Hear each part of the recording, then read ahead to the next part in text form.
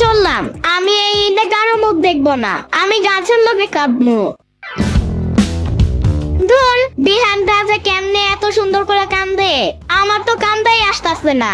একটু থুতু দিয়ে চোখে লাগাবো নাকি? না, কেউ দেখে আলালে ইজ্জত পাঞ্চার হয়ে যাইবো।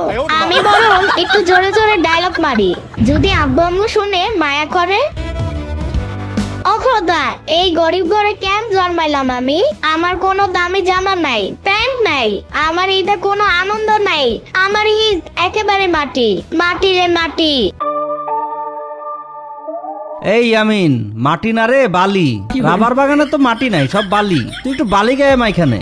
কি রে ইয়ামিন, ডায়লগ তো ঠিক মতন দিতে পারতাছিস না। দিহান তো আরো করুণ সুরে বলেছিল, গরিব ঘরে জন্ম নিছি বইলা কি আমার ঈদ করতে মন চায় না।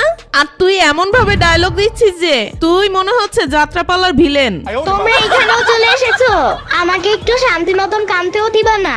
আরে বোকা, একা একা কাঁদলে কি আর ফিলিংস আসে? আমরা তো অডিয়েন্স, তুই কাঁদ, আমরা হাততালি দিমু। Continue continue, action. আমি কোনো অ্যাকশন ট্যাকশন জানি না, আমার ঈদ শপিং লাগবে। কালকে চান্দা, আজকে শপিং না হলে আমি এই গাছের লগে ঝুলা থাকবো। গাছে ঝুলবি? আরে এই গাছে তো পিঁপড়া ভর্তি, লাল পিঁপড়া কামড় দিলে তোর ঈদের আগে যেই অবস্থা হবে, তুই তো ঈদের দিন লুঙ্গিও পরতে পারবি না, পাঞ্জাবি তো দূরের কথা।